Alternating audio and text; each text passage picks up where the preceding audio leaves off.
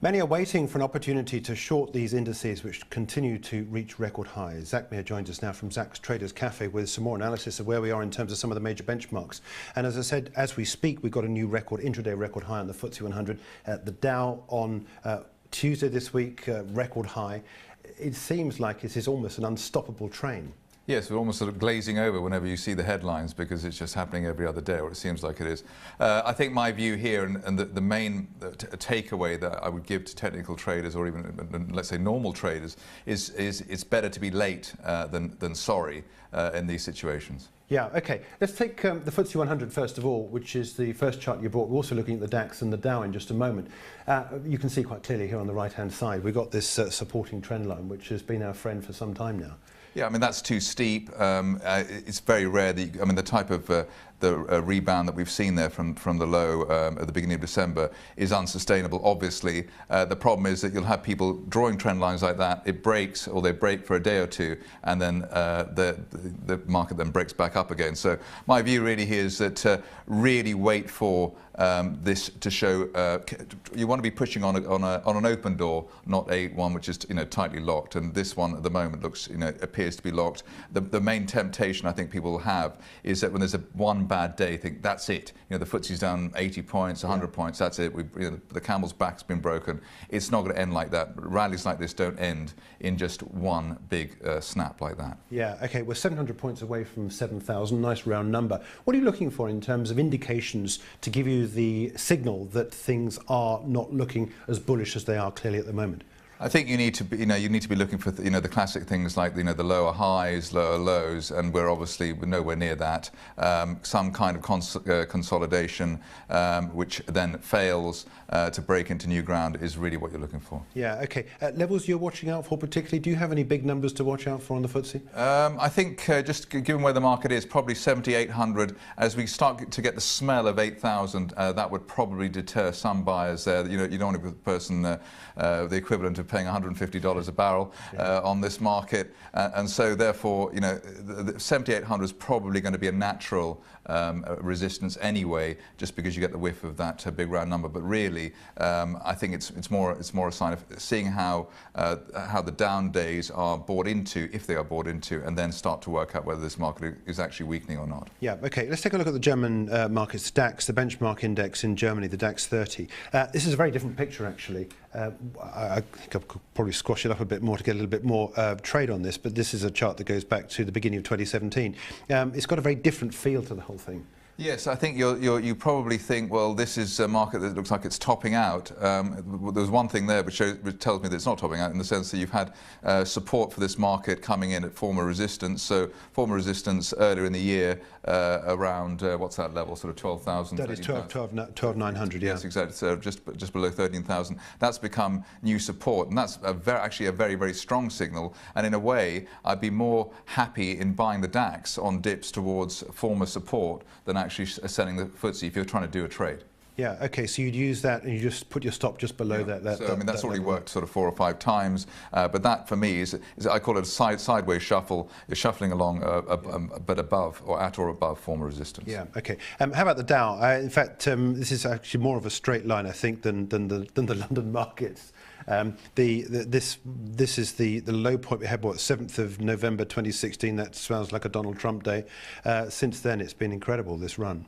Yes, I think here the message with this chart is really don't even think about going short. I'm sure a lot of people are short of this market, but don't even think about it. If you're lucky enough to be long, try and lock yourself in and just walk away, go on holiday and don't come back, sort of thing. But here we've got a situation where no, absolutely, we're overstretched, but there's no sign of any weakness. And a day when it's down 200 or 300 points would not be a sign of weakness either. In fact, that would at this stage very much be a buying opportunity. So really, we're waiting, and probably waiting days or even weeks for any sign for any opportunity to go short in a lasting way there. Yeah, do you have any big numbers there? 25,290 at the moment. I think the early number there is probably the 25,000 level. People might get a bit stressed out if it goes back below 25,000, but really there's nothing there to alert you to any other strategy other than being long. Yeah, okay. Let's take a look at a couple of currencies if we can. Euro-dollar, probably the most traded currency pair.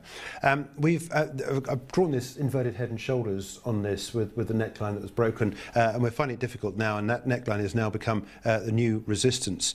What are your thoughts on this? Because we've seen this big uptick, or should I say weakness in the dollar, which has helped push the euro up. Where are you going with this? My view is, my view on this has been probably the last time I came on the show, actually. There was the gap through the 200-day moving average last year around April, beginning of May. One of the strongest signals that you can ever get on any market. You normally see that in a small cap where, they say elephants don't gallop. And in this situation, you actually had a very liquid market, one of the most liquid markets in the world, having a gap on there which remains unfilled. So that was the rocket launcher for the current move. And any indecisiveness, any consolidation really has been an opportunity to go long, and that remains the case. Okay, so this gap that's all the way down here that we've got, it's going to take one heck of a move down to... We're not going to, unless something very weird happens, the EU breaks up, I want to go back there, but that shows you, that should be there as a reminder that this is not a market to be thinking of going short, it's a market to be thinking of going long on dips. You'll still have people, they'll probably be dead by now, but people who are short there thinking of parity, and they're still hoping and praying that this market's going to come back. It looks like a push to the upside in quite a big way will come through. It's just going to hang around here, giving enough people enough time to go short around the 120, 121 zone. Once it's collected all the shorts, there may even be another gap to the upside through that zone. Big numbers to watch on the upside? I think that here you're probably going to have a move, what's that, sort of a $4 or $5 cent move there that you've had on a retracement, so we're looking at 125 really on the upside. Yeah, okay. How about dollar yen? This is an interesting one as much as obviously yen has a life of its own, and in fact in today's trade you can see quite clearly a real marked move lower for the US dollar. We've seen 10-year bond yields rising, and there seems to be this urge for weakness against the Japanese yen.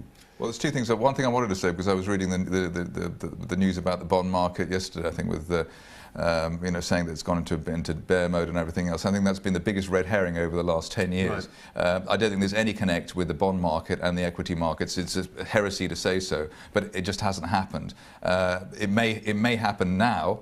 But until this point, it's been a red herring. I think it's because probably QE has made the bond market an artificial one, and therefore it's not really moving in a proper way, as many markets have done. That's going to take a long while to unwind. I mean, the Fed started; it's doing 10 billion a month on a $4.5 trillion balance sheet. That's going to take several years. Yes, but I think that the smart people come on and say the bond market's doing this, so therefore the equity market's going to do that. I don't. That traditional economic textbook connection between those two markets has gone, at least for the maybe forever, and at least for now. So the reason I'm interested in dollar yen really is that really to see whether there's any connect between dollar yen going down and the stock market going down. This could be a leading indicator on the stock market going down. So if it went, say, below, I don't know, 110 or probably 110 is the warning sign. Then you might start saying, well, actually, that's going to bring the equity markets down as well. It shows fear in the market, and that it happened. It's actually already happened a bit today.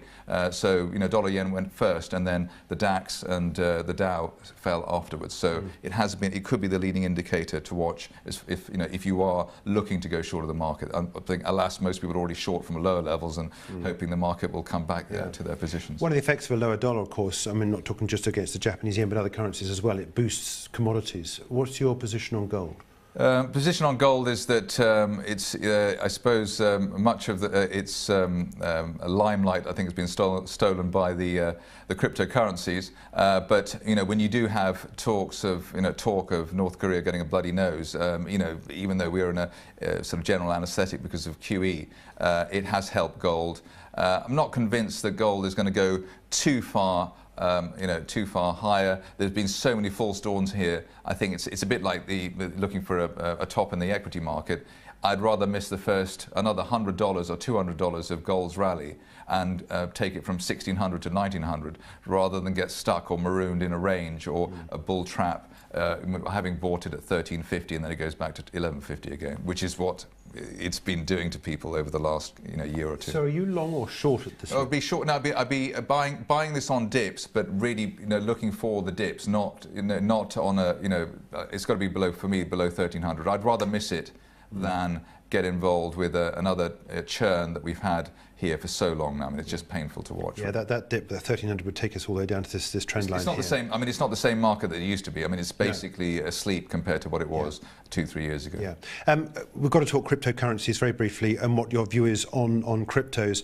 Talking mainly about what's happening with Bitcoin. It's been a massively volatile market, but it seems to have got some sort of stability to it in the last week or so. Yeah, I mean, I think it's been. I suppose the reality is that it's been sidelined, and the smaller cryptos have taken over or stolen its thunder, especially Ethereum, especially Ripple, obviously.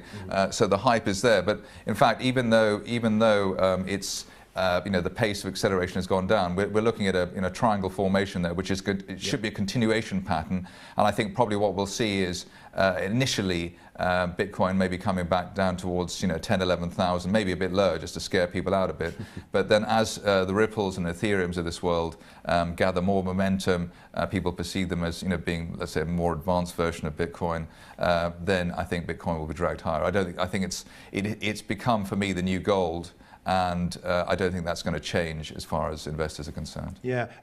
One quick comment on Ether. There is a chance to trade this in US dollars. I mean, this has lifted tremendously. Yes, no, it's an amazing move here. I think it reminds me, it's basically probably it's not very long ago, doing the same as Bitcoin did in terms of its breakout through from 500 to 1500, breaking the level that gold's at, which was my buy trigger for Bitcoin. I think we're already there, almost there on Ether now as well, in terms of being as valuable as gold, even though the two are not really directly comparable, obviously. But as a store of value and a store of future technology, it looks as though it's actually, in many ways, more powerful than Bitcoin was at the same stage. So this, really is something to watch. Zak, thanks so much indeed. We've got to leave it there. But thanks for joining us. That's Zak Mir from zakmir.com and Zak's Traders Cafe. You can catch up with more of Zak Mir's thoughts on his Twitter feed.